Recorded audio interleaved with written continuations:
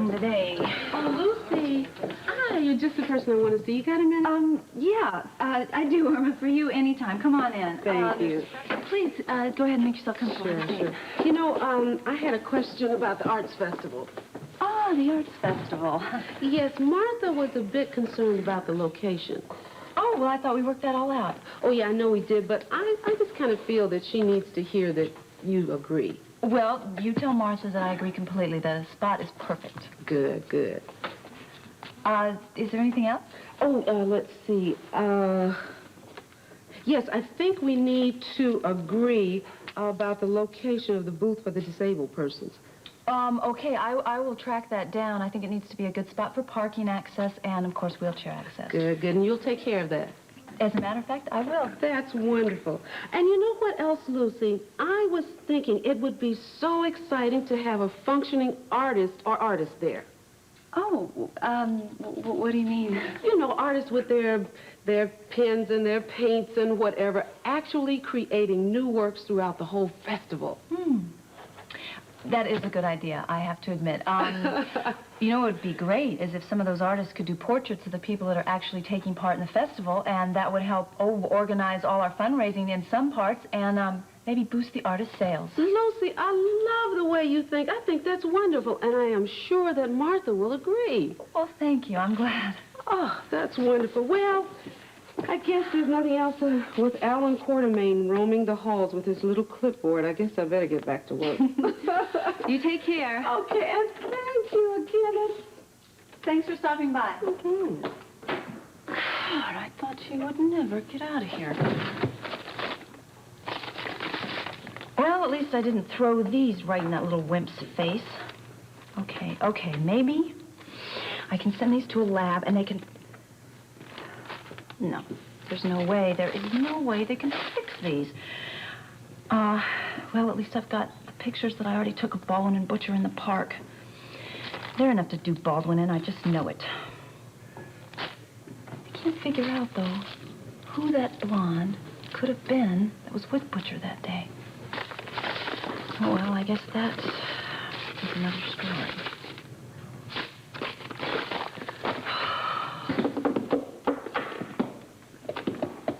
So what do you think? Does the Brownstone fire have anything to do with the terrorists? Possibly. Only the fire at the Brownstone was set to burn in a controlled pattern, which means whoever set it had no intention of burning down the Brownstone or killing anybody in it. Right, and they would have had no indication that Felicia was in the building, around the building, so... Right. Why don't we just forget the fire for the time being, huh? Okay, so that brings us back to the arrival of the music box. Right. Which was broken, and so I took it to the jeweler. And the jewelry store was broken into. Which was the first indication that our moves are being monitored. And then, when you were in the hospital, somebody tried to steal the box out of your room. And then the death of Kinley in Washington. And then the two guys we ran into at the gift shop in Quebec. And then, finally, I made the connection with the terrorist symbol. And then that's the end. So where do we go from there? We go back to the beginning. Because either we've got to find the real LeBlanc or we have to find the C.N. Albel factory, because that's where Frisco had the box made, obviously. You know, it seems to me that finding the factory and finding LeBlanc are just about the same thing. Say that again, will you? I just said that it seems to me that finding the factory and finding LeBlanc are the same thing. Got it. I got What? it. What did I get? Just hold on a second. Just hold on a second.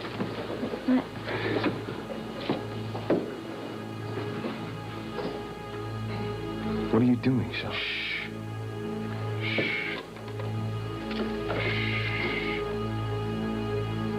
Hold the mirror. Let's take a look. LeBlanc. C.N. Albel is LeBlanc? Let me see. That's it.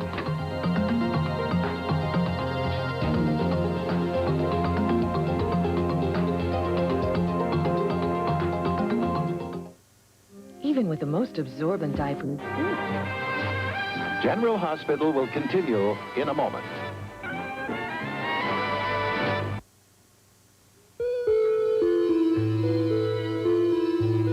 So LeBlanc, the WSB agent, C.N. Bell, the businessman, are one and the same. I'd bet the farm on it. That means that finding the factory is more important than ever, because if we find the factory, we find LeBlanc. No doubt about it. But there's something else, too. What? I think all three of us are aware of the fact that anytime we find out anything new or discover something, other people find out simultaneously. What are you suggesting? I'm suggesting a pact of absolute secrecy. What about Colette? Forget Colette, just the three of us. All right? Agreed? Absolutely, yeah. Of course. All right. Now, unless I miss my guess, there's probably a C.N.L. Bell officer contact somewhere in Washington, so I'll make some inquiries. Who's that? Who is it? The lady with the many heads. Hey, just play along with me on this. Please, don't let that broad in, will you? She's trying to break up my engagement. I want anything to do with her, all right? Really? Well, then maybe you should just tell Tiffany that I'm the cleaning woman. It's a great idea. Well, you haven't even heard my fee yet, and I don't do floors or window. That figures. Ha ha ha, very funny. Hey, it looks like Quebec has some good hairdressers. I love it, looks great. Thank you. So, what's new with the three of you? Nothing. Nothing.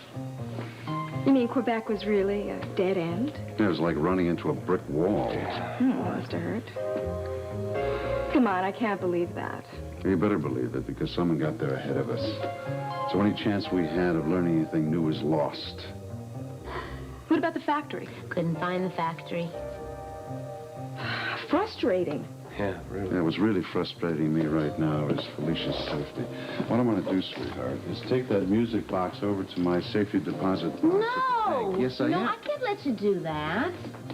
Sweetheart, look, just let me have it until this whole thing blows over, all right? Sean, this is my last memory of Frisco. No. Felicia, now Schallinger says your best interest at heart, and give him the box. You be careful with it. I swear to God. Don't worry. I better get out of here before the bank closes. I'll see you all later. Bye. Okay. Bye. Be careful. Well, you know what? I should really get going. I have so much work, it's going to take me forever to get through all this. You know, actually, there was something interesting about Quebec. So? What was that?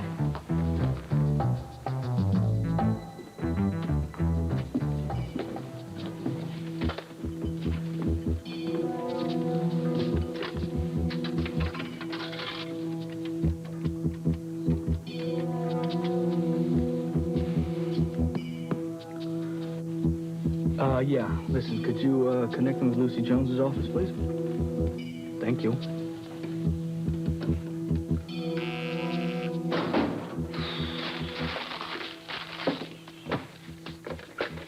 Lucy Jones. Hey, how's my little sailfish? Who is this? Oh, come on, it's your pal Scotty. What do you want, Mr. Baldwin? Well, it seems as though we've arrived at, shall we call it a stalemate? I really don't know what you're talking about. Don't you, Lucy? No, I don't, so why don't you get to the point? Well, the point is one of mutual interest and insurance. What are you, an insurance brokerage firm or something? You sound... I think there's something you should know about involving the hospital board. Okay, go on. Well, not right now on the phone. I'd rather see you face to face. Okay, but get over here quickly, because I don't have all day. Okay, baby. See you in a little while.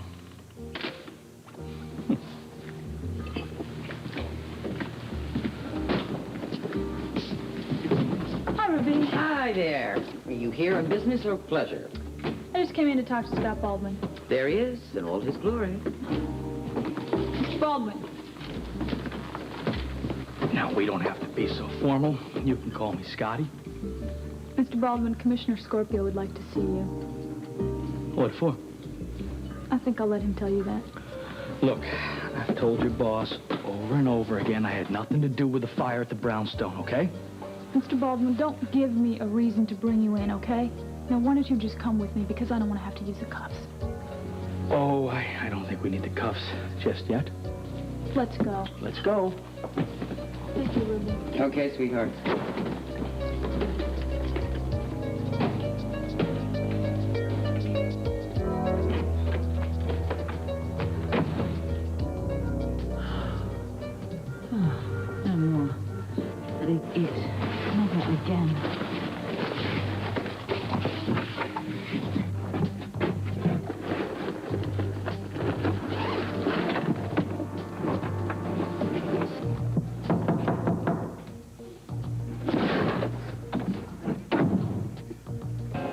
Mrs. Lavery?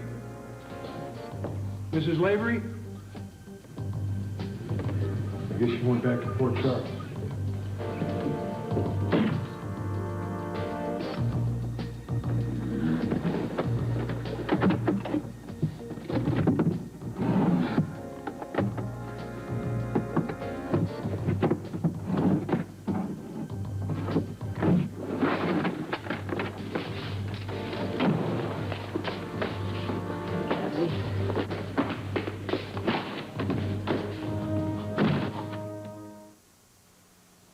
Headaches, backaches, muscle aches.